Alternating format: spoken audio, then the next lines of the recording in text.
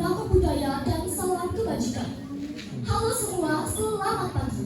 Salam sejahtera untuk kita semua. Semoga kita dalam keadaan baik dan tetap semangat.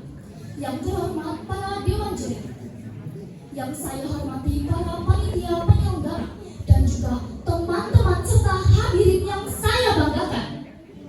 Segala puji syukur bagi Tuhan Yang Maha Kuasa atas karunia-Nya bahwa kita masih diberikan kesempatan berkumpul di sini dalam keadaan sehat walafiat untuk berpartisipasi dalam perlombaan yang bermanfaat ini.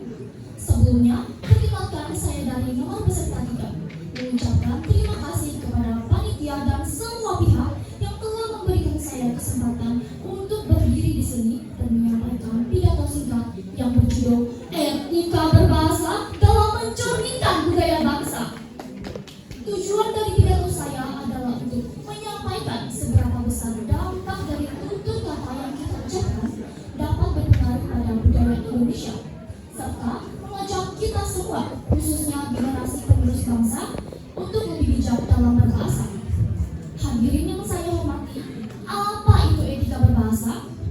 Etika berbahasa mencakup kesadaran untuk menggunakan bahasa dengan baik, benar, dan santun di setiap bentuk komunikasi. Peran etika berbahasa dalam mencerminkan budaya bangsa sangatlah besar, karena bagaimana cara masyarakat berbahasa, dari situlah ikut membentuk citra dan martabat bangsa. Bayangkan jika generasi muda ataupun bangsa Indonesia dikenal sebagai bangsa dengan masyarakat yang kurang beretika dalam berbahasa, pasti akan merusak martabat dan nama baik bangsa. Sebaliknya, jika kita terbiasa berbahasa santun, maka bangsa Indonesia akan dikenal sebagai bangsa yang ramah, beradab, dan beretika. Hadirin yang saya hormati, pernahkah kita bertanya, mengapa cara kita berbicara bisa menggambarkan budaya bangsa? Jawabannya sederhana, karena bahasa bukanlah sekedar media untuk berinteraksi dan berkomunikasi, tetapi juga cerminan dari identitas dan budaya bangsa. Melalui cara kita berbahasa, orang lain dapat menilai sopan santun, kepribadian, dan nilai-nilai yang ada dalam diri kita. Bahasa juga menjadi salah satu simbol yang dapat menunjukkan kualitas diri. Dari tutur kata yang kita ucapkan, kata-kata yang kita pilih, serta kesopanan bicara kita, semua membentuk citra diri. Semakin berkualitas diri kita, semakin terjaga pula tutur kata kita. Dan sebaliknya, semakin rendah kualitas diri kita, sering kali tercermin dari tutur kata yang kurang terjaga. Beretika dalam berbahasa adalah bukti bahwa kita masih menghargai budaya sendiri. Pernahkah kita mendengar kalimat ini? The way we speak shows who we are. Artinya, setiap kata yang kita ucapkan atau kita tulis sejatinya mewakili siapa kita dan dari budaya mana kita berasal. Hadirin yang saya muliakan, etika berbahasa bukan berarti kita harus berbicara secara formal. Dan perlu diingat bahwa bangsa Indonesia kental akan budaya sopan santun dan nilai tata krama. Nilai-nilai inilah yang membuat bangsa Indonesia dikenal sebagai bangsa yang ramah dan beradab di mata dunia. Namun, apakah nilai-nilai ini masih tetap hidup dalam keseharian kita, terutama dalam membangun hubungan harmonis saat berkomunikasi? Tolak ukur harmonis atau tidaknya suatu komunikasi tergantung pada santun atau tidaknya bahasa yang diucapkan. Baik orang yang berbicara maupun orang yang mendengarkan sama-sama harus memperhatikan etika berbicaranya.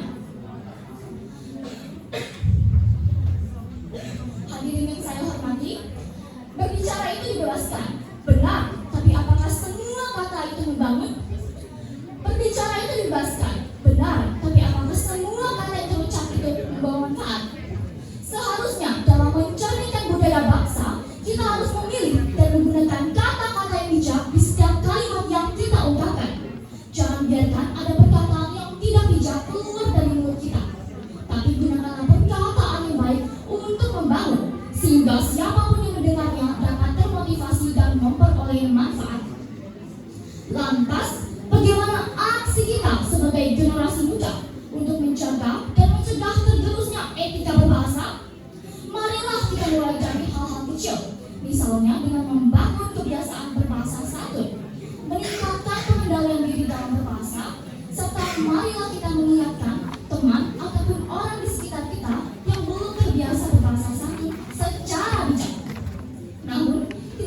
sampai di situ, kita juga perlu bertanggung jawab dengan apa yang kita ucapkan. Satu ucapan bisa membangun, tapi satu ucapan juga bisa menghancurkan. Ucapanmu bisa menyelamatkanmu, tapi juga bisa membunuhmu. Maka dari itu penting bagi kita untuk berpikir dahulu sebelum ucap, karena sekali terucap kata tidak bisa ditarik kembali dan seperti anak tanah yang meresap, akibatnya jauh dari apa yang kita pikirkan dan kita duga. Dan ada satu hal yang penting, yaitu jadilah contoh. Buktikanlah dengan tindakan nyata bahwa kita benar-benar peduli terhadap etika berbahasa. Jadilah teladan dalam perkataan dan perbuatan. Dengan demikian, kita bisa mendorong dan menginspirasi orang lain untuk terus menjaga dan melestarikan etika berbahasa. Hadirin yang saya muliakan, dari pidato yang saya sampaikan dapat kita simpulkan bahwa kita harus menjadikan etika berbahasa sebagai aksi kita dalam menjaga jati diri dan budaya bangsa. Maka dari itu saya mengajak kita semua sebagai generasi yang membawa perubahan positif dalam berbahasa. Mari berkomitmen menggunakan bahasa dengan bijak, baik lisan maupun tulisan. Karena ketika tutur kata dijaga, maka nilai bangsa juga ikut terjaga. Saya berharap pidato yang saya sampaikan dapat menjadi motivasi dan pengingat bagi kita semua. Demikian yang dapat saya sampaikan. Terima kasih atas perhatiannya. Mohon maaf apabila ada tutur kata yang kurang berkenan. Izinkan saya akhiri dengan pantun. Air sungai mengalir tenang. Cakep. Ikan belompatan dekat tangga. Cakep. Kita berbicara dijaga agar budaya bangsa tetap terjaga.